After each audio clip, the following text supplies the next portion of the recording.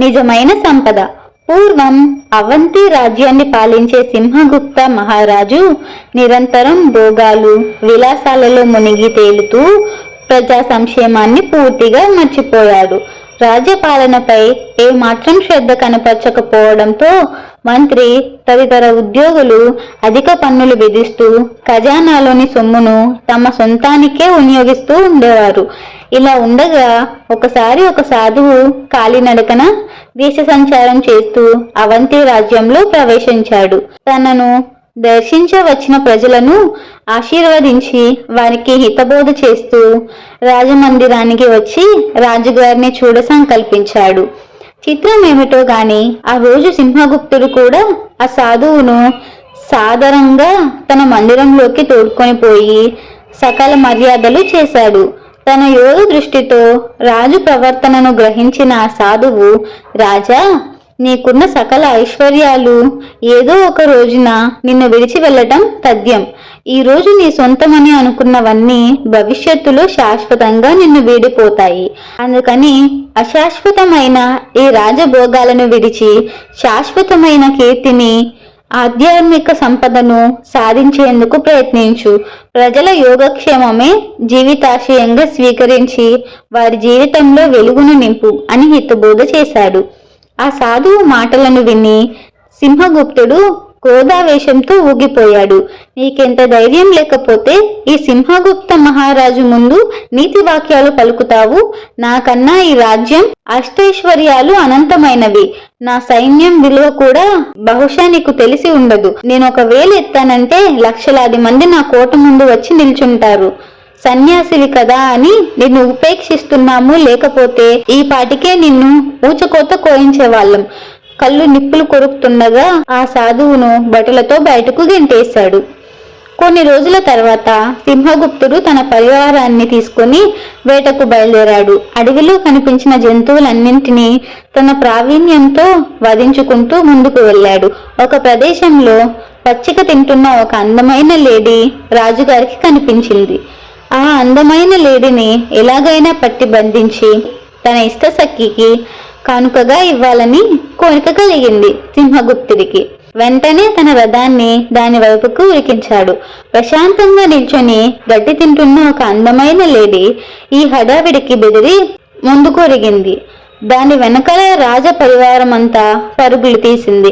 ప్రాణభీతితో ఎలాగైనా ప్రాణాలు కాపాడుకోవాలని శరవేగంగా చెట్లను పుట్లను అతి వేగంగా దాటుకొని పరిగెత్తుతున్న ఆ లేడిని ఎలాగైనా బంధించాలని కోరిక రాజులో దూరపడింది. ఎటు వెళ్తున్నాడో చూసుకోకుండా ఆ లేడి వెనకే రథాన్ని పరిగెత్తించాడు.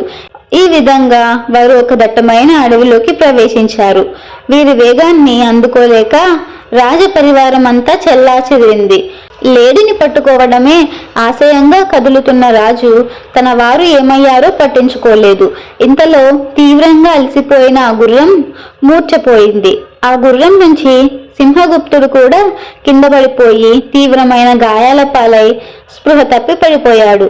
కొద్దిసేపటి తర్వాత ఆ ప్రాంతం గుండా సాగిపోతున్న కొందరు బందిపోట్లు స్పృహ తప్పి ఉన్న సింహగుప్తుని చూసి ఆనందంతో మీద పడి నిలువు దోపిడీ చేశారు. చివరకు రాజుగారి ఒంటి మీద ఒక అంగవస్త్రాన్ని మాత్రం వదిలి వెళ్ళిపోయారు. ఇరుగు పొరుగు రాజ్యాల పాలిట సింహస్వప్నమైన సింహగుప్తుడు అదే పరిస్థితిలో కొద్ది సమయం ఉండిపోయాడు. తెలివి వచ్చి తన పరిస్థితి తెలుసుకొని అవాక్కయ్యాడు. అవంతి రాజ్యానికి మహారాజైన తనను తన పరివారం అంతా విడిచి వెళ్లారు. విలువైన ఆభరణాలన్నీ క్షణాలలో మాయమైపోయాయి. తాగడానికి మంచినీటి చుక్కైనా లేదు. ఎండ తీవ్రత, దాహం, ఆకలి తీవ్రంగా బాధిస్తున్నాయి. ఆదుకునే నాదుడే లేడు. సరిగ్గా అప్పుడు ఆ సాధువు చెప్పిన మాటలు గుర్తుకు వచ్చాయి. వెంటనే, ఓ భగవంతుడా, ఇంతకాలం నేను చేసిన తప్పు నాకు తెలిసి వచ్చింది. ఇక నుంచి ఈ ధనము, కానుకలు, వస్తువులు, వాహనాల వెంట పరుగులు తీయక మిగిలిన జీవితం అంతా మంచి పనులకే వినియోగిస్తాను. దయచేసి నన్ను కాపాడు అని అతి దీనంగా ప్రార్థించాడు. ఇంతలో దూరం నుంచి సింహగర్జన వినిపించింది. సింహగుప్తుడు హృదయం భయాందోళనతో ఉండిపోయింది. ఇక అడవిలో తనకు దిక్కులేని చావే గతి అని నిర్ణయించుకొని భగవన్ నామస్మరణ ప్రారంభించాడు. భగవంతుడు రాజు ప్రార్థన విన్నాడో ఏమో, ఆ సింహ గర్జనకు భయపడ్డ గుర్రం స్పృహలోకి వచ్చి బ్రతుకు జీవుడా అనుకుంటూ సింహగుప్తుడు గుర్రాన్నెక్కి అతి వేగంగా ముందుకు వెళ్ళాడు. చివరికి ఆ అరణ్యంలో తన పరివారాన్ని కలుసుకోగలిగాడు. ఆనాటి నుంచి సింహగుప్తుడు విలాసాలు వదిలి ప్రజా శ్రేయస్సుకై పాటుపడ్డాడు. నాన్న పులి వచ్చే. ఒక ఊర్లో సోమయ్య అనే పల్లెటూరి రైతు ఉన్నాడు. అతనికి పొలం ఉంది, గొర్రెల మందు కూడా ఉంది. కూలీలతో ఒకరోజు మందుని తోలుకొని వెళుతూ తన కొడుకు రంగడుని కూడా పొలానికి తీసుకొని వెళ్ళాడు. మందకి కొడుకుని కాపలా ఉండమని చెప్పాడు. సరే అన్నాడు రంగడు. ఇక్కడ అప్పుడప్పుడు పెద్ద పులి వస్తూ ఉంటుంది, జాగ్రత్త అని హెచ్చరించి, ఒకవేళ పులి వస్తే కేకలు వేయమని చెప్పి తాను పొలంలోని కూలీలతో పనులు చేయించడంలో నిమగ్నమయ్యాడు సోమయ్య. రంగడు ఆకతాయి కుర్రాడు. తండ్రిని ఒక ఆట పట్టించాలని అనుకున్నాడు. నాన్న నాన్న పులి వచ్చింది అని పెద్దగా అరిచాడు. నిజంగా పులి వచ్చిందేమో అని సోమయ్య కూలీలను కర్రలతోనూ పరిగెత్తుకు వచ్చాడు. కానీ రంగడు నవ్వుతూ పులి లేదు గిలి లేదు, హాస్యానికి కేకలు వేశాడు అన్నాడు. సోమయ్య కూలీలు వెళ్ళిపోయారు. మళ్ళీ కాసేపటికి నాన్న నాన్న పులి అని అరిచాడు. సోమయ్య వాళ్ళు మరొకసారి వచ్చారు. ఈసారి కూడా వేళాకోళమే అన్నాడు రంగడు. సోమయ్య రంగడిని కోప్పడి వెళ్ళిపోయాడు. మరి కొద్దిసేపటికి పులి నిజంగానే వచ్చింది. ఈసారి మళ్ళీ నాన్న నాన్న పులి అని గట్టిగా అరిచాడు. ఎంత అరిచినా సోమయ్య వాళ్ళు వినిపించుకోలేదు. హాస్యానికే మళ్ళా రంగడు అరిచాడని లెక్క చేయలేదు. పులి మాత్రం గొర్రెపిల్లను ఒకదాన్ని మెడపట్టుకొని ఈడ్చుకుపోయింది. రంగడు ఏడుస్తూ నవ్వులాటకి అబద్ధం ఆడితే అపాయం ముంచుకొస్తుందని తెలుసుకున్నాడు. జమీందారు కోడెదూడ.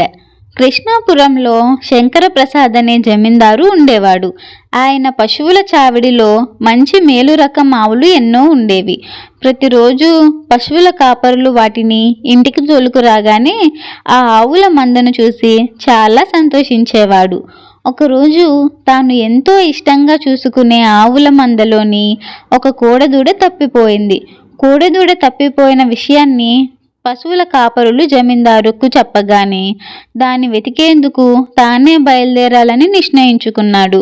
తానే కోడదూడను వెతకబోతున్న విషయాన్ని ఎవరికీ చెప్పకుండా ఆయన ఒక రైతు వేషంలో బయలుదేరాడు.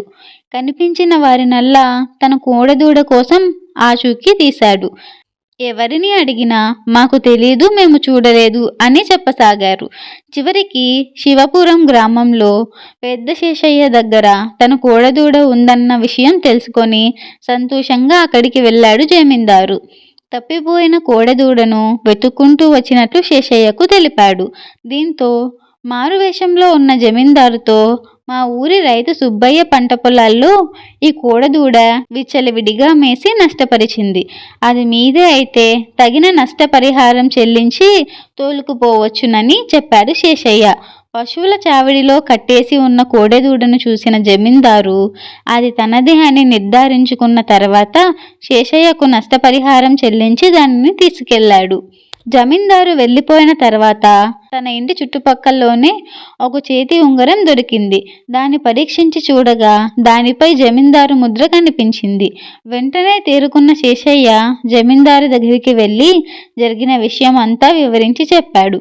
అప్పుడు జమీందారు మాట్లాడుతూ, శేషయ్య, ఆ ఉంగరం నేనే కావాలని నీ ఇంట్లో జారు విడిచాను. రైతు వేషంలో వచ్చింది కూడా నేనేనని చెప్పాడు. దీంతో వెంటనే అందుకున్న శేషయ్య, మరి తమరు విషయం చెప్పకుండా దాచారెందుకు? దీనికి నేను చాలా బాధపడుతున్నానని అన్నాడు. అప్పుడు జమీందారు నవ్వుతూ, బాధపడాల్సిన అవసరం లేదు శేషయ్య. నేను నిజం చెప్పినట్లయితే నువ్వు నష్టపరిహారం తీసుకోకుండానే నా కోడెదూడను ఇచ్చేసేవాడివి. నా ధర్మం నెరవేర్చే అవకాశం నాకు ఆ రకంగా కలిగినందుకు నేను సంతోషిస్తున్నాను. నీ బుద్ధిని పరీక్షించాలనే నేను అలా చేశాను. నా పరీక్షలో నువ్వు ధర్మంగా ప్రవర్తించి నెగ్గావని చెప్పాడు. దీంతో విషయం అర్థం చేసుకున్న శేషయ్య జమీందారికి నమస్కరించి ఇంటి దారి పట్టాడు. మర్యాద రామన్న సుబ్బయ్య గుర్రం. ఒక ఊరిలో సుబ్బయ్య, శంకరయ్య అనే వ్యక్తులు పక్కపక్క ఇళ్లలో కాపులం ఉండేవారు. సుబ్బయ్య వ్యాపారి కాగా శంకరయ్య ఊర్లో కూలీ నాలి చేసుకొని జీవనం సాగిస్తూ ఉండేవాడు. సుబ్బయ్య అహంకారి, దుర్మార్గమైన మనస్తత్వం కలిగినవాడు. శంకరయ్య చాలా మంచివాడు, నిజాయితీపరుడు. ఒకరోజు సుబ్బయ్య ఏదో పని మీద పక్క ఊరు వెళ్తూ, శంకరయ్య, నేను పక్కనే ఉండే శివపురానికి వెళ్తున్నాను. తిరిగి వచ్చేందుకు వారం రోజుల దాకా పట్టవచ్చు. అప్పటిదాకా నా గుర్రాన్ని నీ ఇంట్లో కట్టేసి వెళ్తాను అని అన్నాడు. దీంతో మంచివాడైన శంకరయ్య సరేనని గుర్రాన్ని తన ఇంటి వరండాలో కట్టేసుకున్నాడు. సుబ్బయ్య ఊరెళ్ళిన తర్వాత 2 రోజుల పాటు బాగా ఆరోగ్యంగానే ఉన్న గుర్రం 3వ రోజు అకస్మాత్తుగా జబ్బుపడి చనిపోయింది. ఏం చేయాలో, సుబ్బయ్యకి ఏమని చెప్పాలో తెలియని శంకరయ్య దేవుడా అంటూ తలపట్టుకొని బాధపడుతూ కూర్చున్నాడు. ఇక చేసేదేముంది? సుబ్బయ్య వచ్చాక ఆ గుర్రం ఖరీదు కట్టిచ్చేస్తే సరిపోతుందని తనను తాను సముదాయించుకున్నాడు. చెప్పినట్టుగానే వారం రోజుల తర్వాత వచ్చాడు సుబ్బయ్య. గుర్రం చనిపోయిన విషయం తెలుసుకున్న సుబ్బయ్య ఆగ్రహంతో, చూడు శంకరయ్య, నేను గుర్రాన్ని అప్పగించి వెళ్ళాను. ఇప్పుడు నా గుర్రం నాకు కావాలి. దానికి బదులుగా డబ్బులు కానీ మరే ఇతర గుర్రం కానీ వద్దు.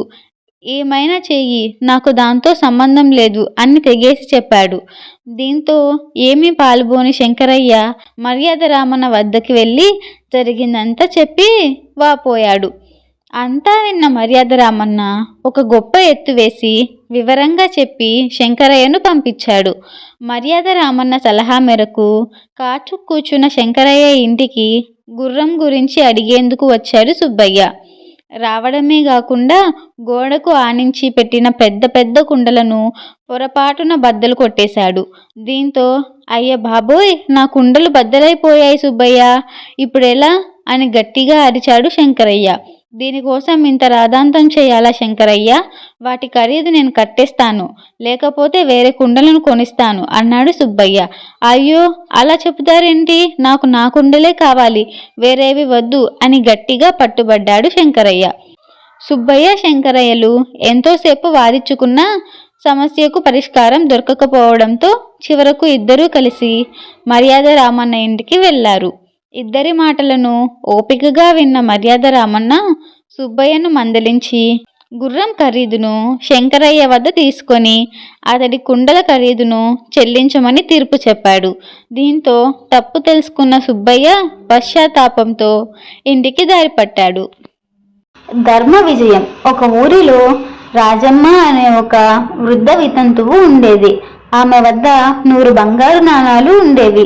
వయసు మీద పడడంతో రాజమ్మ తీర్థయాత్రలకు బయలుదేరాలనుకుంది. ఆమె దగ్గరున్న బంగారు నాణాలను ఒక సంచిలో వేసి లక్కతో కట్టేసింది. ఆ నాణాల సంచిని పొరిగింటి షావుకారుకు దాచమని ఇస్తూ, అయ్యా, ఒకవేళ నేను తిరిగి వచ్చినట్లయితే నా నాణాలు సంచిని తీసుకొని నీ సేవకు ప్రతిఫలంగా 10 బంగారు నాణాలు ఇస్తాను. నేను రాకపోయినట్లయితే ఈ సంచి నీదే అని చెప్పింది. రాజమ్మ వెళ్ళిన వెంటనే షావుకారు సంచిలోకి 100 బంగారు నాణాలు లెక్క పెట్టాడు. ఆ నాణాలను దక్కించుకోవాలని ఒక పన్నాగం పన్నాడు. రాజమ్మ తీర్థయాత్రలు ముగించుకొని తిరిగి వచ్చి తన బంగారు నాణాల సంచిని ఇవ్వమని కోరగా షావుకారు సంచిని ఆమెకు అందించాడు. ఇంటికి వెళ్ళిన తర్వాత రాజమ్మ షావుకారుకు మాట ఇచ్చినట్లు 10 బంగారు నాణాలు ఇవ్వడానికి సంచి బీరడ తొలగించి చూడగా సంచిలో బంగారు నాణాలకు బదులుగా ఇనుప నాణాలు ఉన్నాయి. ఆమె ఆ సంచి తీసుకొని షావుకారు దగ్గరికి వెళ్ళి జరిగిందంతా వివరించింది. కానీ షావుకారు తనకేమీ తెలియదని బుకాయిస్తూ తనకు రావాల్సిన 10 బంగారు నాణాలు ఇవ్వాలని ఒత్తిడి చేశాడు. రాజమ్మ న్యాయం కోసం రాజు వద్దకు వెళ్ళి జరిగిన విషయమంతా చెప్పింది. రాజు షావుకారును న్యాయస్థానానికి రప్పించి, ఈ విషయంపై నీవేమి చెప్పాలనుకుంటున్నావు అని అడిగాడు. అప్పుడు షావుకారు, నాకేమీ తెలియదు మహారాజా, ఎవ్వ నాకు ఒక లక్కతో బిగించిన సంచిని భద్రపరచమని ఇచ్చింది. నేను తిరిగి భద్రపరిచి అప్పగించాను. ఇంతవరకు నాకు రావాల్సిన రుసువు అందలేదు అన్నాడు. ఇద్దరు వాదనలు విన్న రాజు సంచిని నిశితంగా పరిశీలించాడు. సంచికి చేసిన రంధ్రం, దానిని నిపుణులతో కుట్టిన క్రమం రాజును ఆలోచించేలా చేసింది. రాజు రాజమ్మను, షావుకారును 2 రోజుల తర్వాత న్యాయస్థానంలో హాజరు కావాలని ఆదేశించాడు. ఈ క్రమంలో రాజు పట్టణంలోని నిపుణులైన కుట్టుపని వారిని తన ఆస్థానానికి రప్పించి వారికి ఆ సంచిని చూపించాడు. వారిలో ఒకడు ఆ సంచిని షావుకారు అడిగితే కుట్టించానని చెప్పాడు. 2 రోజులు గడిచిన తర్వాత రాజమ్మ, షావుకారు రాజుగారి ఆస్థానంలో హాజరయ్యారు. రాజు రాజమ్మకు అనుకూలంగా తీర్పు ఇచ్చాడు. షావుకారు తను తప్పు చేయలేదని వాదించాడు. అప్పుడు రాజు ఆ కుట్టు పని వాడిని చూపించాడు.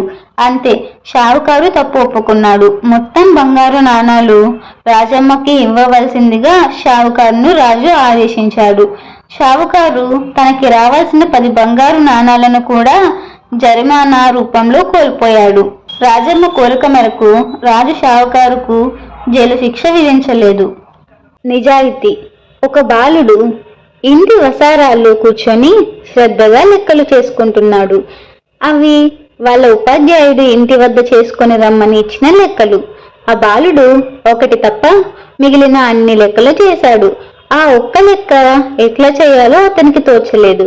అతడు లెక్కల పుస్తకం తీసుకొని ఓ స్నేహితుడి ఇంటికి వెళ్ళాడు. అక్కడ ఆ స్నేహితుడి అన్నగారు ఉన్నారు. ఆయన ఆ లెక్కను ఎట్లా చేయాలో ఆ బాలుడికి చెప్పాడు. అతడు ఇంటికి వచ్చి ఆ లెక్క కూడా వేశాడు. మర్నాడు తరగతిలో ఉపాధ్యాయుడు పిల్లలు ఇంటి వద్ద చేసుకొచ్చిన లెక్కలు చూడటం మొదలుపెట్టాడు. అందరి పుస్తకాలు చూడటం పూర్తయింది. అన్ని లెక్కలు సరిగ్గా చేసినవాడు ఈ బాలుడు ఒక్కడే. ఆయనకు చాలా సంతోషం కలిగింది. ఆ బాలుడికి ఒక బహుమతిని ఇస్తాను అన్నాడు. ఆ బాలుణ్ణి తన దగ్గరకు రమ్మని పిలిచాడు. ఆయన తన బల్ల సరుగులో బహుమతిగా ఇవ్వతగిన వస్తువును వెతుకుతున్నాడు. ఆ బాలుడు లేచి నిల్చున్నాడు, కానీ ఉపాధ్యాయుడి వద్దకు వెళ్ళలేదు. ఉపాధ్యాయుడు తల ఎత్తి చూశాడు. ఆ బాలుడు ఏడుస్తున్నాడు. ఆయనకు ఆశ్చర్యం కలిగింది. ఆయన ఆ బాలుని వద్దకి వచ్చి, నాయనా, ఎందుకు ఏడుస్తున్నావు అని అడిగాడు. ఆ బాలుడు, అయ్యా, లెక్కలన్నీ సరిగ్గా చేశానని కదా మీరు నాకు బహుమతి ఇస్తున్నారు. ఈ లెక్కలు అన్నీ నేను చేయలేదు. వీటిలో ఒక లెక్క నా స్నేహితుడు అన్నగారి చేత చెప్పించుకొని చేశాను. కనుక ఈ బహుమతిని తీసుకోవడానికి నేను తగను అన్నాడు. అయితే ఏడవటం ఎందుకు అని అడిగాడు ఉపాధ్యాయుడు. లెక్కలన్నీ విద్యార్థులు స్వయంగా చేయాలని కదా మీ ఉద్దేశం. కానీ నేను ఒక లెక్కను ఇతరుల చేత చేపించుకొని చేసి మిమ్మల్ని మోసగించాను. అందుకు నన్ను శిక్షించండి అని బాలుడు ఇంకా ఏడవడం మొదలుపెట్టాడు. ఉపాధ్యాయుడు ఆ బాలుడి తల నిమురుతూ, నాయనా, నిన్ను శిక్షించడం కాదు, అభినందించాలి. నీకు బహుమతి తీసుకోవడానికి అర్హత ఇంకా పెరిగింది. అయితే ఈ బహుమతి లెక్కలు చేసినందుకు కాదు, అంతకంటే గొప్ప పనికి, నీ నిజాయితీకి అని ఆ బాలుడికి బహుమతిని ఇచ్చాడు ఉపాధ్యాయుడు. తెలివిగల పావురాలు. ఒక అడవిలో చాలా పావురాలు నివసిస్తూ ఉండేవి. కానీ అవి ఐకమత్యంగా ఉండేవి కావు. అవి ఒక్కొక్కటి వేరుపడి ఎగురుతూ ఉండేవి. అదే అడవిలో ఒక గ్రద్ద ఉండేది. అది తరచూ పావురాలను తినేది. రోజురోజుకి తగ్గిపోతున్న పావురాల సంఖ్య పావురాలలో కంగారు, భయాన్ని నింపింది. అవన్నీ ఒక్కరోజు సమావేశమై ఈ సమస్యను ఎలా పరిష్కరించుకోవాలో ఆలోచించసాగాయి. మనం ఒక్కొక్కరం ఎగరడం వల్లే గ్రద్ద మన మీద దాడి చేస్తుంది. అదే మనం అందరం కలిసి ఎగిరితే అదేమీ చేయలేదు. కాబట్టి అందరం కలిసి ఉందాం అంది ఒక పావురం. ఆ మరుసటి రోజు నుండి పావురాలన్నీ గుంపులుగానే ఎగరసాగాయి. దాంతో గ్రద్ద దాడి చేయలేకపోయింది. అందువల్ల ఆహారం దొరకడం కూడా కష్టమైంది. ఒక ఉపాయం పన్ని గ్రద్ద పావురాల దగ్గరికి వెళ్ళింది. నేను మిమ్మల్ని చంపడానికి రాలేదు, మీతో స్నేహం చేయడానికి వచ్చాను అంది. ముందు పావురాలు నమ్మకపోయినా 2 రోజులు గ్రద్ద తమపై దాడి చేయడానికి ప్రయత్నించకపోవడం చూసి అవి నమ్మాయి. 3వ రోజు ఆ గ్రద్ద పావురాల దగ్గరికి వచ్చి, మీ గుంపును చూస్తుంటే ముచ్చటేస్తోంది. కానీ మీకు నాయకుడు అవసరం. నాయకుడు ఉంటే మీరు మరింత బాగా ఉండవచ్చు అంది. పావురాలలో ఎవరు నాయకుడిగా ఉండాలో వాటికి అర్థం కాలేదు. అంతలో గ్రద్ద, మీకు అభ్యంతరం లేకపోతే నేనే మీ నాయకుడిగా ఉంటాను అంది. అలాగే అన్నాయి పావురాలు. అయితే నాయకుడైన నాకు రోజూ భోజన సదుపాయాలు మీరే చూసుకోవాలి. కాబట్టి రోజుకో పావురం నాకు భోజనంగా రావాలి అంది గ్రద్ద. పావురాలకు గ్రద్ద దుర్బుద్ధి అర్థమైంది. వెంటనే అవన్నీ కూడబలుక్కొని గ్రద్దను తరిమేశాయి. మహారాజుకు బుద్ధి చెప్పిన సాధువు. విష్ణుపురం మహారాజు ఒకరోజు గుర్రంపై స్వారీ చేస్తూ అడవి మార్గంలో ప్రయాణిస్తున్నాడు. అలా వెళ్తుండగా పక్కనే కొంతమంది సాధువులు యాగం చేస్తుండడం గమనించాడు. అది చలికాలం అయినప్పటికీ సాధువులు భుజంపై ఉత్తరీయం కూడా ధరించకుండా ఉండటాన్ని కూడా రాజు చూశాడు. అది చూసిన రాజు మనసు నొచ్చుకుంది. వెంటనే తన సేవకులను పిలిచి ఆ సాధువులకు కావలసినవన్నీ గుడ్డలను తీసుకురమ్మని ఆజ్ఞ జారీ చేశాడు. రాజు సేవకులు వెంటనే ఆ పనికి పూనుకున్నారు. మహారాజు గుర్రం దిగి సాధువుల వద్దకు చేరుకున్నాడు. రాజు రాకను సాధువులందరూ గమనించారు. వెంటనే వారిలో ఒక సాధువు కల్పించుకుంటూ, నేను మీకేమైనా సాయపడగలనా అని అడిగాడు. సాధువు అలా అడగగానే రాజు ఆశ్చర్యపోయాడు. కానీ ఆయనకు వెంటనే చాలా కోపం కూడా వచ్చింది. అయితే కోపాన్ని తమాయించుకొని శాంతంగా ఉండేందుకు ప్రయత్నించాడు. మీ నుంచి నాకు ఎలాంటి సహాయమూ అక్కర్లేదు. ఈ చల్లటి వాతావరణంలో ఒంటిపై గుడ్డలు లేకుండా ఉన్న మిమ్మల్ని చూశాను. వెంటనే నా సేవకులకు చెప్పి మీకోసం కొన్ని ఉన్ని గుడ్డలను తెప్పించాను అన్నట్టు నేను ఈ దేశం రాజును అని తనను తాను పరిచయం చేసుకున్నాడు మహారాజు. అయితే చిన్న చిన్న దేశాలను జయించి వాటిని కొల్లగొట్టే రాజువు నీవేనన్నమాట. దోపిడీదారుడు మాకు ఏమి ఇవ్వగలడా అని ఆ సాధువు రాజు ముఖంలోకి నిశితంగా చూస్తూ చెప్పాడు. అది విన్న రాజుకు మరింతగా ఆశ్చర్యం వేసింది. మహారాజునని చెప్పినా కూడా ఇంత ధైర్యంగా మాట్లాడుతున్న సాధువు మొహంలోని తేజస్సు ఆయనకు కొట్టొచ్చినట్లు కనిపించగా ఆలోచనలో పడిపోయాడు. ఈలోపు కల్పించుకున్న సాధువు, రాజా, నువ్వు ప్రజల హృదయాలను జయించినప్పుడే విజేతవు అవుతావు. మా వరకు మాకు ఏదీ అక్కర్లేదు. మా దగ్గర ఉన్నంతలో మేము ఇతరులకు ఇవ్వగలం. మీకు ఏమైనా సాయం కావాలా చెప్పండి అని రాజు ముఖంలోకి పరిశీలనగా చూస్తూ అన్నాడు సాధువు. తాను ఎదురు చూడని సంఘటన జరగడంతో ఆశ్చర్యంతో పాటు ఆలోచనల్లో పడిపోయిన మహారాజు సాధు మాటల్లో దాగుండే సందేశాన్ని అర్థం చేసుకున్నాడు. అన్య ప్రదేశంగా రక్తపాతం వద్దంటూ సాధువు చేసిన సూచనతో బుద్ధి తెచ్చుకున్న రాజు ఆ రోజు నుంచి యుద్ధ ప్రయత్నాలు చేసి రక్తపాతం కలిగించకూడదని గట్టిగా మనసులో అనుకున్నాడు. సాధువుకి కూడా నమస్కరించి వెంటనే అక్కడి నుంచి తన కోటకు బయలుదేరి వెళ్ళిపోయాడు. నిజమైన మేధావి. రాజు తెలివైన కుర్రాడు. ఒకరోజు సెలయేటి దగ్గర నడుస్తూ వెళ్తున్నాడు. హఠాత్తుగా అతనికో గొంతు వినిపించింది. అది పక్కనే ఉన్న చెట్టు కింద నుంచి వస్తుందని గమనించాడు. అక్కడికి వెళ్ళి చూస్తే ఒక సీసా కనిపించింది. ఆ సీసాలో ఒక చిన్న మనిషి లాంటి జీవి ఉంది. ఆ జీవి మూత తీసి తనను విడిచిపెట్టమని రాజును అర్థించింది. చిన్న రూపంలో ఉన్న జీవిపై ఏమాత్రం అనుమానం రాని రాజు సీసా మూత తీశాడు. వెంటనే అందులో నుంచి ఒక దట్టమైన పొగ మధ్య నుంచి ఒక భయంకరమైన భూతం బయటకు వచ్చింది. దానిని చూసి రాజు భయంతో, ఎవరు నువ్వు అని అడిగాడు. నేను భూతాన్ని. ఒక మంత్రగాడు నన్ను ఈ సీసాలో బంధించాడు. నేనిప్పుడు స్వేచ్ఛగా ఉన్నాను. నిన్ను తినేస్తాను అంటూ పెద్దగా అరిచింది ఆ భూతం. తెలివైన రాజు, నేను నిన్ను నమ్మను. ఇంత పెద్దగా ఉన్నావు, నువ్వు ఈ చిన్న సీసాలో ఎలా ప్రవేశించావు అని అడిగాడు. దానికి ఆ భూతం, ఎందుకు ప్రవేశించలేను, కావాలంటే చూపిస్తాను అంటూ సీసాలోకి ప్రవేశించింది. ఏమాత్రం ఆలస్యం చేయకుండా రాజు వెంటనే ఆ సీసా మూత పెట్టేశాడు. అది చూసిన భూతం, దయచేసి నన్ను విముక్తిని చెయ్యి, నేను నీకు ఏమాత్రం హాని చేయను అని బతిమలాడసాగింది. నేను నిన్ను బయటికి వదిలితే వెంటనే నన్నే తినాలని అనుకున్నావు అన్నాడు రాజు. భూతం, నేను నీకు అపకారం చేయను, అంతేకాకుండా నీకు ఒక అద్భుతమైన మంత్రదండం కూడా ఇస్తాను.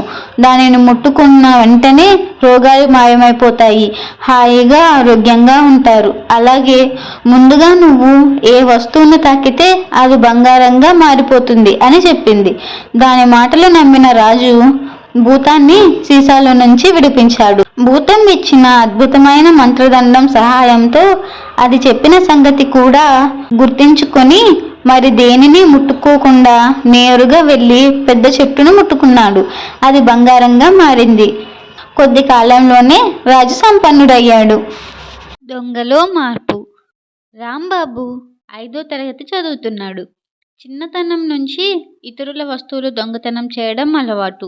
స్కూల్లో తన తోటి పిల్లలకి చెందిన పెన్నులు, పెన్సిళ్ళు, పుస్తకాలు కూడా ఎవరికీ తెలియకుండా తీసుకువస్తుంటాడు. స్కూల్లో ఇంటర్వెల్ ఇచ్చిన సమయంలో పిల్లలందరూ బయటికి వెళ్ళిపోతే వారి స్కూల్ బ్యాగులను పరిశీలన చేస్తుంటాడు.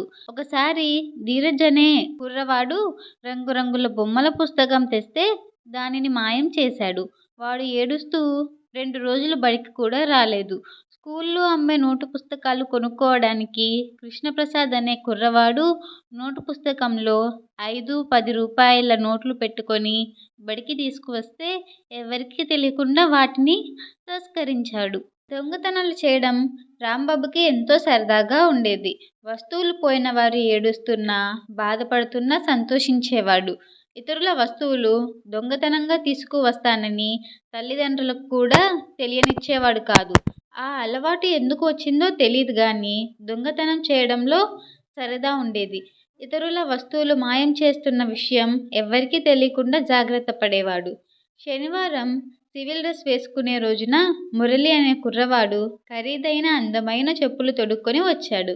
క్లాస్ రూమ్ బయట విప్పి అందరూ లోపల కూర్చుంటారు. టీచర్ని పాస్కి వెళతానని బయటికి వచ్చి ఆ చెప్పులు వేసుకొని బయటికి వెళ్ళి దూరంగా తుప్పల్లో పడేసి ఏమీ ఎరుగనట్టు మళ్ళీ క్లాస్ రూమ్లోకి వచ్చేశాడు. ఆ తర్వాత ఆ చెప్పులు ఎలా పోయాయన్న విషయం ఎవ్వరికీ తెలీదు. చెప్పులు పోగొట్టుకున్నందుకు మురళిని వాళ్ళ నాన్నగారు చితక్కొట్టారు. రాంబాబు మామయ్య అమెరికాలో ఉంటున్నాడు. ఒకనాడు అమెరికా నుంచి వచ్చినప్పుడు రాంబాబుకి ఒక కారు బొమ్మను ప్రెజెంట్ చేశాడు. నేల మీద పెట్టి ఆ కారుకి కీ ఇస్తే అది అటూ ఇటూ తిరుగుతుంది. దానికి ఏ వస్తువైనా అడ్డు వస్తే హారన్ కూడా కొడుతుంది. ఈ కారు బొమ్మ రాంబాబుకి ఎంతో నచ్చింది. ఇంటి పక్క పిల్లలకు, స్కూల్ పిల్లలకు ఈ బొమ్మను చూపించి నడిపించి ఆనందించేవాడు. ఈ కారు బొమ్మ ఇండియాలో ఎక్కడా దొరకదని, దేశం మొత్తం మీద తన దగ్గరే ఉందని మురిసిపోయేవాడు. ఒకనాడు ట్యూషన్కి కారు బొమ్మని తీసుకువెళ్ళి అక్కడ పిల్లలందరికీ చూపించాడు. వచ్చే సమయానికి ఆలస్యమైపోయి చీకటి పడింది. ప్లాస్టిక్ సంచిలో పెట్టుకొని పుస్తకాలతో పట్టుకొని వస్తుండగా గుర్తు తెలియని వ్యక్తి సైకిల్ మీద బ్యాగుతో సహా కారుని గద్దలా తన్నుకుపోయాడు.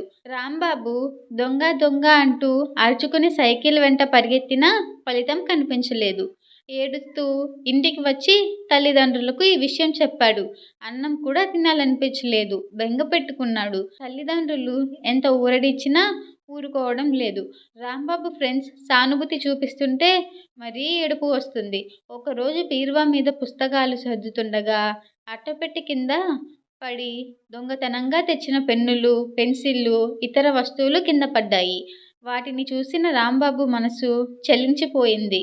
మన వస్తువులు ఇతరులు తస్కరిస్తే ఎంత బాధ కలుగుతుందో మొదటిసారి అర్థమైంది. తాను చేసిన దొంగతనాల కారణంగా తన ఫ్రెండ్స్ ఎంతలా బాధపడ్డారో. అప్పటి నుంచి ఇతరుల వస్తువుల మీద ఆశపడకుండా, దొంగతనాల జోలికి పోకుండా మంచి విద్యార్థిగా పేరు తెచ్చుకున్నాడు. తోడేలు సాకు.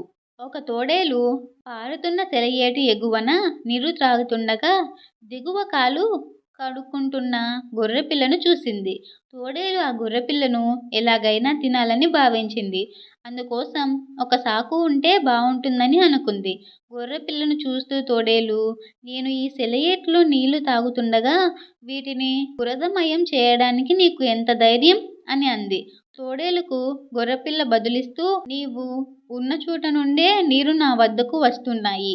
అలాంటప్పుడు నీవు తాగే నీటిని నేను ఎలా బురదమయం చేయగలను అంది. తోడేలు ఇంకా ఏదో సాకు దొరకబుచ్చుకోవాలని ప్రయత్నించింది. గొర్రెపిల్లపై అరుస్తూ, నువ్వు నా గురించి సంవత్సరం క్రితం కూడా అలాగే మాట్లాడావు అంది. తోడేలు మాటలకు నేనింకా అప్పటికి పుట్టనే లేదు అని ప్రశాంతంగా బదిలిచ్చింది గొర్రెపిల్ల. కావచ్చు, అప్పుడు నీ తండ్రి కావచ్చు అని అరుస్తూ కోపంతో తోడేలు గొర్రెపిల్ల మీద పడి దాన్ని ముక్కలు ముక్కలుగా చేసి నమిలేసింది. దేవుడికి ఉత్తరం.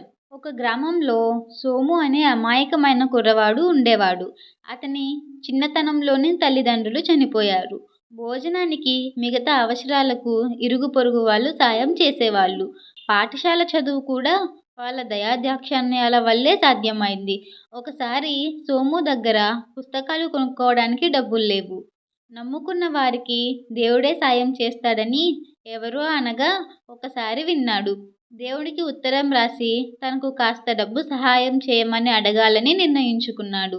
దేవునికి ఉత్తరం ఎలా రాస్తే బాగుంటుందా అని చాలాసేపు ఆలోచించి చివరకు ఇలా రాశాడు: దేవుడా, నాకెవరూ లేరు. నేను నిన్నే నమ్ముకున్నాను. దయచేసి నా మీద జాలి చూపి పుస్తకాలు కొనుక్కునేందుకు 100 రూపాయలు పంపించు. చిరునామా రాయాల్సిన చోటులో దేవుడు స్వర్గం అని రాసి పోస్ట్లో ఆ ఉత్తరం వేశాడు. పోస్ట్ మ్యాన్ అన్ని ఉత్తరాలతో పాటు సోము ఉత్తరాన్ని కూడా పోస్ట్ ఆఫీస్కు తీసుకువెళ్ళాడు. అక్కడి పోస్ట్ కార్కు ఆ ఉత్తరం పైన ఉన్న అడ్రస్ చూసి ఆశ్చర్యపోయి దాన్ని పోస్ట్ మ్యాన్కు అందించాడు. ఆయన ఆ ఉత్తరం తెచ్చి చదివాడు. ఆ ఉత్తరంలోని సున్నితమైన అంశం పోస్ట్ మాస్టరు హృదయాన్ని తాకింది. అతను సోముకు 75 రూపాయలు మనీ ఆర్డర్ పంపించాడు. 4 రోజుల తర్వాత సోము నుండి దేవుడికి మరొక ఉత్తరం వచ్చింది. అందులో: దేవుడా, నువ్వు చాలా గొప్పవాడివి. నా మొర ఇంత త్వరగా ఆలకిస్తావని నేను అనుకోలేదు. అయితే నాకు కేవలం 75 రూపాయలు మాత్రమే లభించాయి. నువ్వు 100 రూపాయలు పంపించి ఉంటావు. కానీ పోస్ట్ మ్యాన్ అందులో నుంచి 25 రూపాయలు కాజేసి ఉంటాడు. పర్వాలేదు, అది నీ తప్పు కాదుగా. మరింకేదైనా అవసరం ఏర్పడితే నీకు మళ్ళీ ఉత్తరం రాస్తాను అని ఉంది. అది చదివిన పోస్ట్ మాస్టరు సోము అమాయకత్వానికి జాలిపడ్డాడు. దేశభక్తి. శౌరికి చిన్నతనం నుంచి దేశసేవ చేయాలనే కోరిక. వాడు కూడలి దగ్గర పిల్లలకు దేశసేవ ఉపన్యాసాలు ఇచ్చేవాడు. స్వయంగా సంపాదించే మార్గం చూసుకో, నాతో పొలం పనులకు రా అంటూ వాడిని కోప్పడేవాడు తండ్రి. అయితే శౌరి తండ్రి స్వార్థపరుడిలా కనిపించేవాడు. ప్రతివాడు దేశం గురించి కూడా ఆలోచించాలి, స్వార్థం మానుకోవాలి అనేవాడు. కొందరు ఊరి పెద్దలు, ఇక్కడి మూర్ఖులకు నీ ఉపన్యాసాలు అర్థం కావు. రాజధానికి వెళ్ళి రాజుగారిని కలుసుకో, అక్కడ నీ శ్రమకి గుర్తింపు లభిస్తుంది అన్నారు. శౌరి రాజధానికి వెళ్ళాడు. ఉద్యానవనంలో రాజుగారిని కలిశాడు. దేశసేవ చేయడానికి ఊరు వదిలి వచ్చాను అన్నాడు. తన గురించి అంతా చెప్పాడు. రాజు శౌరిని అభినందించాడు. కొన్నాళ్ళైనా అతిథిగా ఉండు అన్నాడు. మర్నాడు శౌరి సత్రం ఖాళీ చేశాడు. రాజుగారు వాడిని విరుదికి తీసుకువెళ్ళాడు. అది చాలా విశాలమైన భవంతి. ఇంటి నిండా సేవకులు వాళ్ళు ముందు గదిని అలంకరిస్తున్నారు. ఈ భవంతిలో విశ్రాంతి తీసుకో, నేను 4 రోజుల్లో వస్తాను అని వెళ్ళిపోయాడు రాజు. లోపలి గదికి అడుగుపెట్టి నిర్ఘాంతపోయాడు శౌరి. లోపల 20 గదులు ఉన్నాయి. అన్నీ బూజు పట్టి ఉన్నాయి. పైగా గబ్బిలాల కంపు. పరదాలు చిరిగి, తలుపులు విరిగి, గుచ్చులు పగిలి ఉన్నాయి.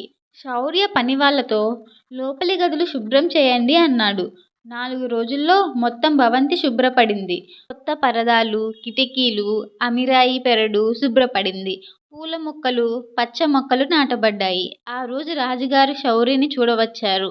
ఆయన భవంతిని చూసి అద్భుతంగా ఉంది, భవంతి స్వరూపమే మారిపోయింది అంటూ శౌరిని మెచ్చుకున్నాడు. వీళ్ళు 20 గదులను పాడు పెట్టారు. ముందు గదినే అలంకరిస్తూ కూర్చున్నారు. ముందు గది ఎంత అందంగా ఉన్నా ఏం లాభం, ఇల్లంతా భూతాల కొంపలా ఉన్నప్పుడు అన్నాడు శౌరి. నీ నుంచి ఈ జవాబే నేను ఆశించాను. దేశం అంటే రాజధాని నగరం మాత్రమే కాదు, రాజధానినే అభివృద్ధి పరుచుకుని ప్రయోజనం లేదు. నువ్వు అన్ని గదులు బాగుపరిచావు, అలాగే దేశంలో ఊళ్ళన్నీ బాగుపడాలి, అప్పుడే దేశం బాగుపడుతుంది అన్నాడు రాజు. శౌరి శ్రద్ధగా ఆయన మాటలు వింటున్నాడు. రాజు మళ్ళీ నోరు విప్పాడు. ప్రతి వాళ్ళు తమ ఇంటిని, ఊరిని బాగు చేసుకోవాలి. ఇదే నిజమైన దేశసేవ. అందుకు రాజధానికి రావాల్సిన పని లేదు. అందరూ కలిసి బంజరు భూముల్ని సాగులోకి తీసుకురండి. చదువు రాని వాళ్ళకి ఉచితంగా చదువు చెప్పండి. ఊడికలు చేయండి. రహదారులు బాగు చేయండి, రోడ్లు వెంట చెట్లు నాటండి. శ్రమదానానికి మించిన దేశసేవ లేదు. దేశసేవ పేరు కోసం కాదు, దేశం కోసం చేయాలి అన్నారు. శౌరి కళ్ళ ముందు తెరలు తొలగిపోయాయి. ఈ రోజే మా ఊరికి వెళ్తాను. ఉపన్యాసాలు మాని నడుం కట్టుకొని పనిచేస్తాను. అప్పుడు మా నాన్న సంతోషిస్తాడు. మా ఊరు వాడ బాగుపడుతుంది అంటూ రాజుగారి వద్ద సెలవు తీసుకున్నాడు శౌరి. దురాశ దుఃఖానికి చేటు. ఒక ఊళ్ళో నలుగురు స్నేహితులు చేరి ఉండేవారు. సమాన లక్షణాలున్న వారందరూ ఒకే చోట చేరడం సహజం. వీరందరూ గర్భదరిద్రులు. నిలవడానికి నీడ లేకుండా ఒక పూట తింటే మరో పూట పస్తుండేవాళ్ళు.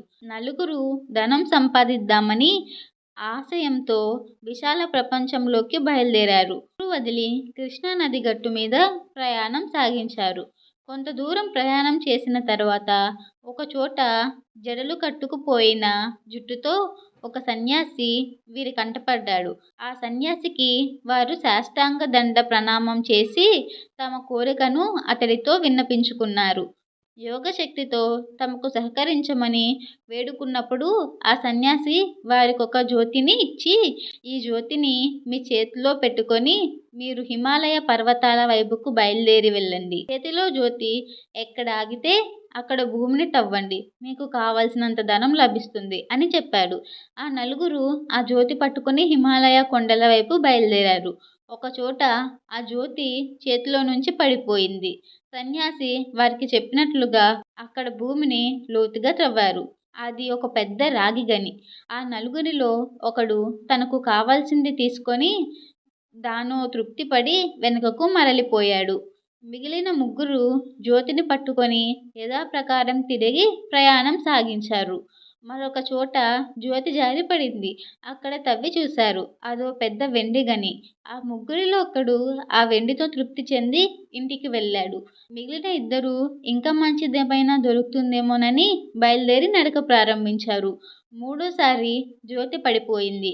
వీరిద్దరూ శ్రమపడి తవ్వారు. బంగారం! అదో బంగారు గని. మూడో స్నేహితుడు దాంతో బాగా తృప్తి పడ్డాడు. ఇంక నాలుగోవాడు అత్యాశతో మళ్ళీ ప్రయాణం ప్రారంభించాడు. వజ్రాలు రత్నాలు లభిస్తాయని ఆశించాడు. ప్రయాసతో బహుదూరం ప్రయాణించాడు. కొంత దూరం వచ్చేటప్పటికి ఒకచోట ఒక మనిషి తల మీద పెద్ద చక్రం గిరగిరా తిరుగుతూ ఉంటే అక్కడ ఆగి, ఇదేమిటి, నీ తల మీద ఆ చక్రం అలా తిరుగుతుంది అని అడిగాడు. ఆ పెద్ద మనిషి, మొదట ఈ చక్రాన్ని నీ తల మీద పెట్టుకో, తర్వాత కథ చెప్తాను అన్నాడు.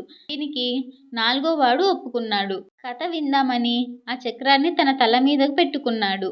ఆ పెద్ద మనిషి కథ చెప్పడం ప్రారంభించాడు. నేను నీలాగే ఈ సౌభ్య జ్యోతిని పట్టుకొని ఇంత దూరం వచ్చాను. నేను ఎంతో ఆశపడ్డాను.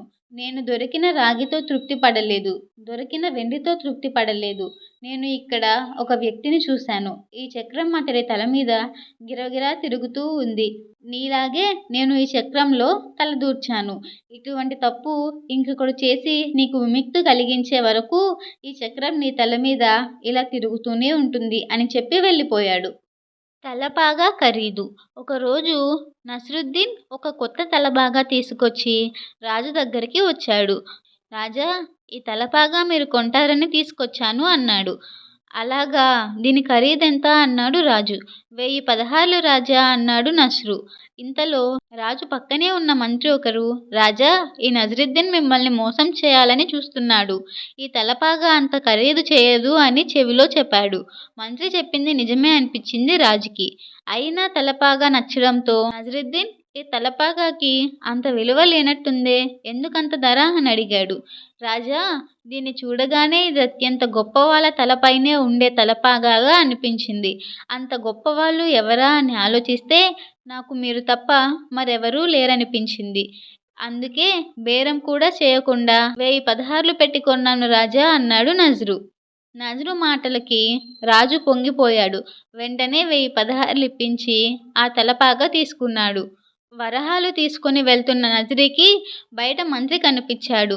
అతని దగ్గరికి వెళ్ళి, మంత్రిగారు, మీకు తలపాగా గొప్పదనం తెలుసు, కానీ నాకు రాజుగారి బలహీనత తెలుసు అని నవ్వుకుంటూ వెళ్ళిపోయాడు. తెలివైన రైతు. రాజా విజయేంద్రవర్మ తన పాలనలో ప్రజలు సంతోషంగా ఉన్నారో లేదో తెలుసుకోవాలని ఒకరోజు రాజ్యంలో పర్యటిస్తూ ఉన్నాడు. పొలంలో పని చేసుకుంటున్న ఒక రైతును, "నువ్వు సంపాదించే దానితో సంతోషంగా ఉన్నావా?" అని అడిగాడు. "సంతోషంగా ఉన్నాను రాజా. నేను రోజుకు ₹1 మాత్రమే సంపాదిస్తాను. దానిలో 25 పైసలు తింటాను, మరో 25 పైసలు అప్పుగా ఇస్తాను, మరో 25 పైసలు రుణం చెల్లిస్తాను, మిగిలిన 25 పైసలు పడవేస్తాను" అని చెప్పాడు రైతు. "అయినా నువ్వు సంతోషంగా ఉన్నావని ఎలా చెప్పగలవు?" అడిగాడు రాజు. "రాజా, నా మొదటి 25 పైసలు నా కుటుంబ సభ్యులు ఆహారానికి, రెండో 25 పైసలు నేను పిల్లలపై ఖర్చు చేస్తాను. కాబట్టి అది నా బాధ్యతకు బీమా వంటిది. మరో 25 పైసలు నా తల్లిదండ్రులపై ఖర్చు చేస్తాను. వారి రుణం తీర్చుకోవడం కంటే సంతోషం ఏముంటుంది? చివరి 25 పైసలు నేను బీదవారికి దానం చేస్తాను." రైతు చెప్పిన దానిని విని రాజు సంతోషించాడు. అతనికి ఒక బంగారు నాణెం బహుమతిగా ఇచ్చి, "నా మొహం 100 సార్లు చూసే వరకు ఈ విషయం ఎవ్వరితోనూ చెప్పొద్దు" అని రాజు దర్బారుకు చేరుకున్నాడు. రైతు చెప్పిన చిక్కు ప్రశ్నను రాజు తన దర్బారులో వారి ముందు ఉంచాడు. జవాబు చెప్పిన వారికి మంచి బహుమతి ఇస్తానని ప్రకటించాడు. ఒక తెలివైన అధికారికి రాజు ఒక ఊరికి వెళ్ళి అక్కడ రైతును కలిశాడన్న విషయం గుర్తుకు వచ్చింది. వెంటనే రైతు దగ్గరికి వెళ్ళి అతడికి బంగారు నాణేల మూట ఇచ్చి తిరిగి నగరానికి చేరుకున్నాడు. మర్నాడు ఉదయం ఆ రైతు కూడా దర్బారుకు వచ్చాడు. ఆ తెలివైన అధికారి చక్కగా చిక్కు ప్రశ్నకు జవాబును వివరించాడు. అంతే. కోపంతో ఊగిపోతూ రాజు, "నీకెంత ధైర్యం? నా మొహం 100 సార్లు చూపిన తర్వాత గానీ జవాబు ఎవ్వరితోనూ చెప్పొద్దని చెప్పానుగా" అని రైతు మీద ఆగ్రహించాడు. "రాజా, మీ మాటలను నేను జవదాటలేదు. ఈ అధికారి గారు నాకు 100 బంగారు నాణేలు ఉన్న ఒక మూటను ఇచ్చారు. ఆ నాణేలపై మీ బొమ్మ ముద్రించి ఉంది. కాబట్టి నేను 100 సార్లు మీ మొహం చూసిన తర్వాత గానీ ఈ జవాబు అధికారికి చెప్పలేదు" అని వివరించాడు రైతు. రాజు తన అధికారి తెలివికి, రైతు మేధస్సుకు సంతోషించి వారిద్దరినీ సత్కరించాడు. తెలివిగల బాలుడు. ఒక నగరంలో ఒక నవాబు ఉన్నాడు. అతను గొప్ప ధనవంతుడు. అతనికి పెద్ద భవనం ఉంది. చాలామంది పనివారున్నారు. కానీ చాలా క్రూరుడు. ఇతరులను హింసించడం, ఇతరులను బాధించడం అతనికి ఆనందం. అలా చాలా మందిని బాధపెట్టాడు. ఒక రోజున ఆ భవనం వద్దకు పేద బాలుడు వచ్చాడు. సలాం చేశాడు. "ఆకలిగా ఉంది, తినటానికి ఏమన్నా పెట్టమని" అన్నాడు. వెంటనే నవాబు లేచి ఆ బాలుణ్ణి పెద్ద హాల్లో కూర్చోబెట్టాడు. తను ఎదురుగా కూర్చున్నాడు. పనివాళ్లను పిలిచాడు. నీళ్లు, పళ్ళు తెమ్మన్నాడు. భోజనం వడ్డించమన్నాడు. పనివారు లోపలికి వెళ్లారు. ఉత్త చేతులతో వచ్చారు. ఇద్దరికీ వడ్డించినట్లు నటించారు. ఆ నవాబు తిన్నట్లు నటించాడు. పేద బాలుడిని తినమన్నాడు. కానీ ఎదురుగా తినడానికి ఏమీ లేదు. బాలుడికి అర్థం కాలేదు. నవాబు చేతులు కడిగినట్లు నటించాడు. పనివారితో మిఠాయిలు తెమ్మన్నాడు. వారు తెచ్చినట్లు నటించారు. నవాబు తిన్నట్లు నటించాడు. మధుపానీయాలు తెమ్మన్నాడు. పనివారు తెచ్చినట్లు నటించారు. నవాబు తాగినట్లు నటించాడు. "చాలా బాగుంది, చాలా పాతది, బాగా తాగమని" బాలుడికి చెప్పాడు. ఆనందంగా తాగమన్నాడు. ఆ పేద బాలుడికి ఆకలి అవుతుంది. కనీసం తాగడానికి నీరు కూడా లేదు. నవాబు మోసం గ్రహించాడు. బుద్ధి చెప్పాలనుకున్నాడు. తాను తాగుతున్నట్లు లేచాడు. ముసలి నవాబును తన్నాడు, తిట్టాడు. దానికి నవాబుకు కోపం వచ్చింది. "ఏం చేస్తున్నావ్ తెలుసా" అని అరిచాడు. "మీరిచ్చిన మత్తు పానీయంతో నాకు మత్తెక్కింది. నాకేం తెలియడం లేదు" అన్నాడు. మళ్ళీ నవాబును కొట్టబోయాడు. నవాబుకు దాంతో తప్పు తెలిసింది. ఆ పేద బాలుడి తెలివికి మెచ్చుకున్నాడు. మంచి భోజనం పెట్టించాడు. ఆనాటి నుంచి ఇతరులను హింసించడం మానుకున్నాడు. దాన ధర్మాలు చేయసాగాడు.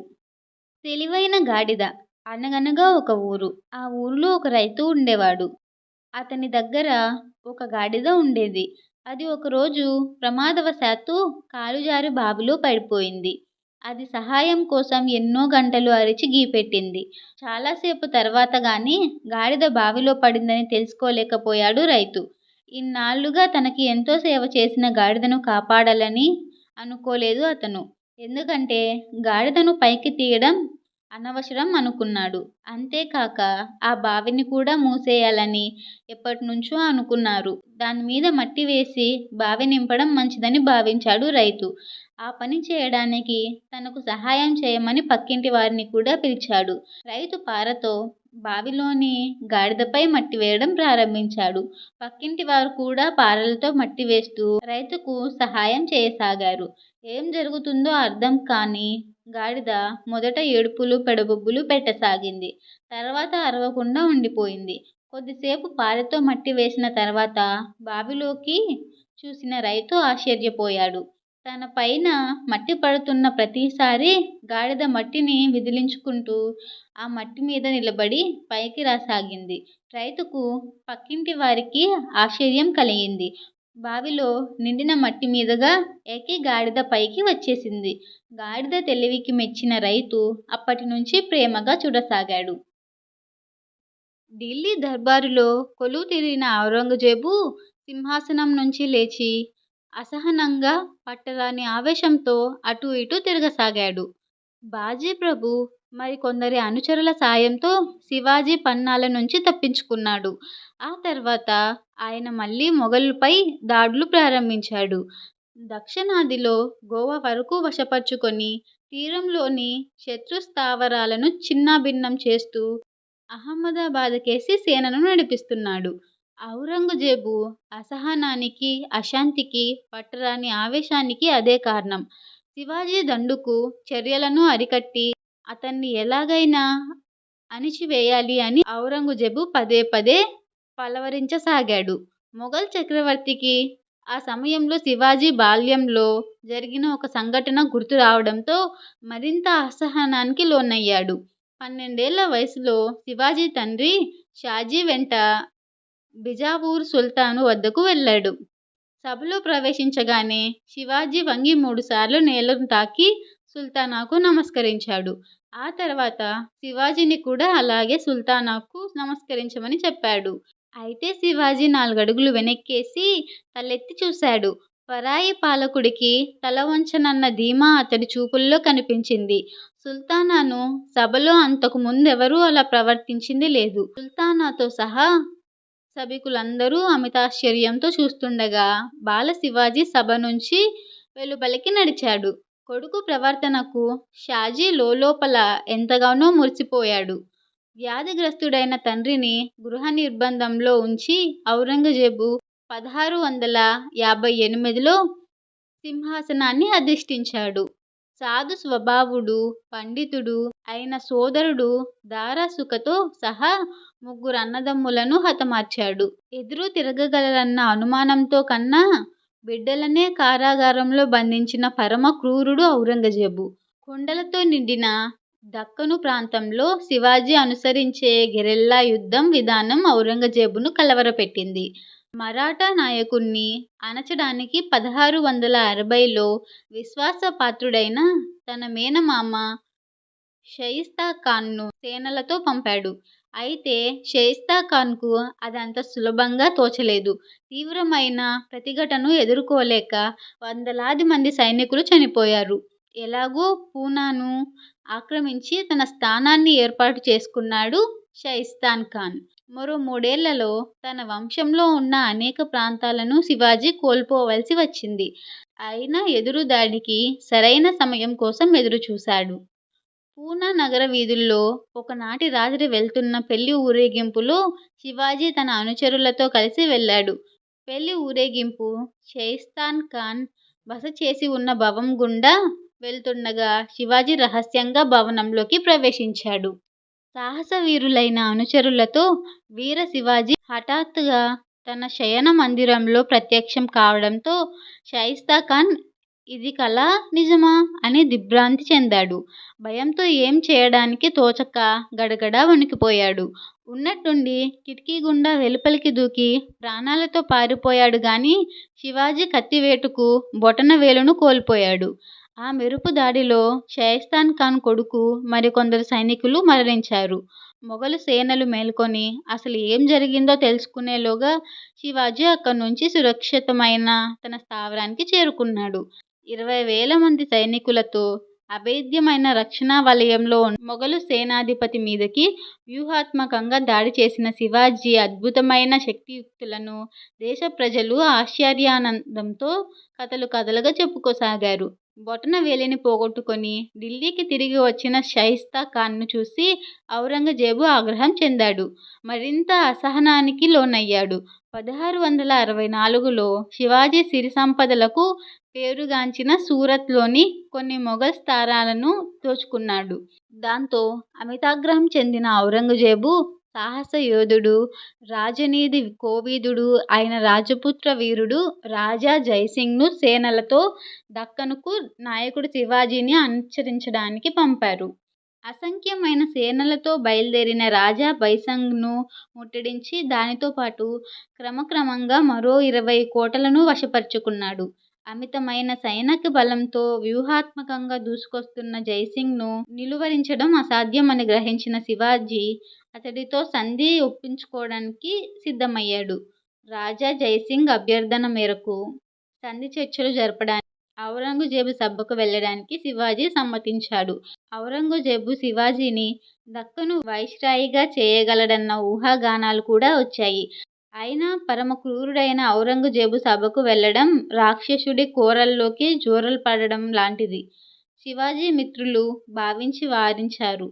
అయినా శివాజీకి ఎలాంటి ఆపద రాకుండా చూసుకోవడం తన బాధ్యత అని రాజా బైసింగ్ వారికి హామీ ఇచ్చాడు.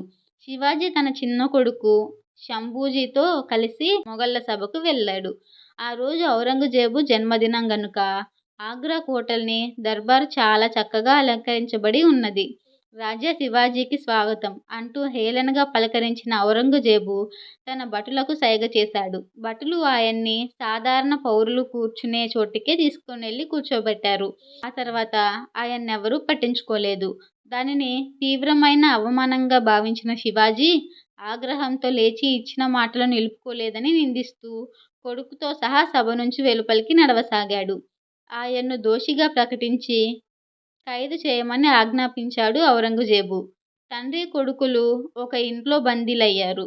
అలాగే 3 నెలలు గడిచిపోయాయి. శివాజీ తీవ్ర అస్వస్థతకు లోనైనట్టు ఒకరోజు తెలియజేయబడింది. ఇంటి నుంచి రోజు గంపల నిండా ఫలపుష్పాలు, ఫలాహారాలు పేదలకు సాధు సన్యాసులకు పంపించడానికి అనుమతించాలని, వారి ప్రార్థనలతో తన ఆరోగ్యం బాగుపడుతుందని శివాజీ కోరాడు. ఔరంగజేబు ఆయన కోరికను మన్నించాడు.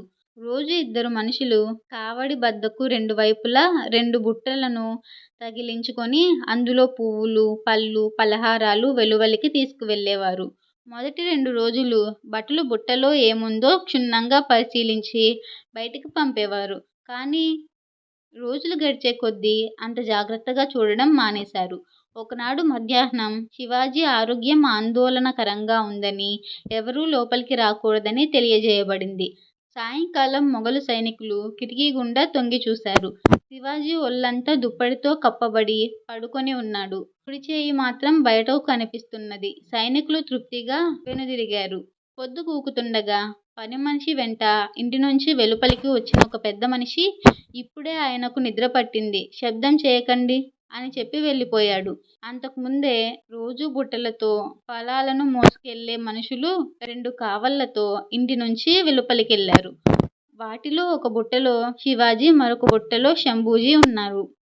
పళ్లను తీసుకెళ్లడం ప్రతిరోజు మామూలుగా జరుగుతున్నదే గనుక కాపలా భటులకు ఎలాంటి అనుమానమూ రాలేదు. ఆ తర్వాత ఇంటి నుంచి ఎలాంటి శబ్దమూ రాకపోవడంతో అనుమానం కలిగి కాపలా భటులు లోపలికి వెళ్లి చూశారు.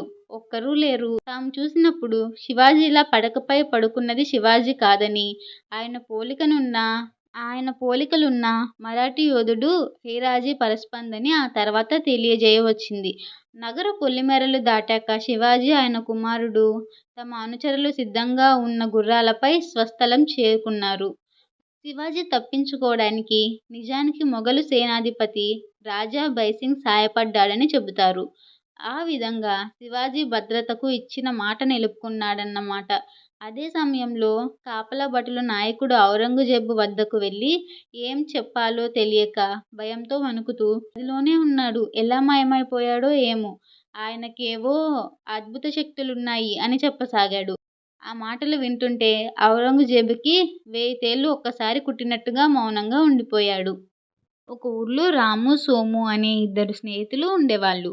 చిన్నప్పటి నుంచి కలిసిమెలిసి పనులు చేసుకుంటూ ఉండేవాళ్ళు. వీరిద్దరూ ఒకరోజు వ్యాపారం కోసం పట్టణానికి బయలుదేరారు.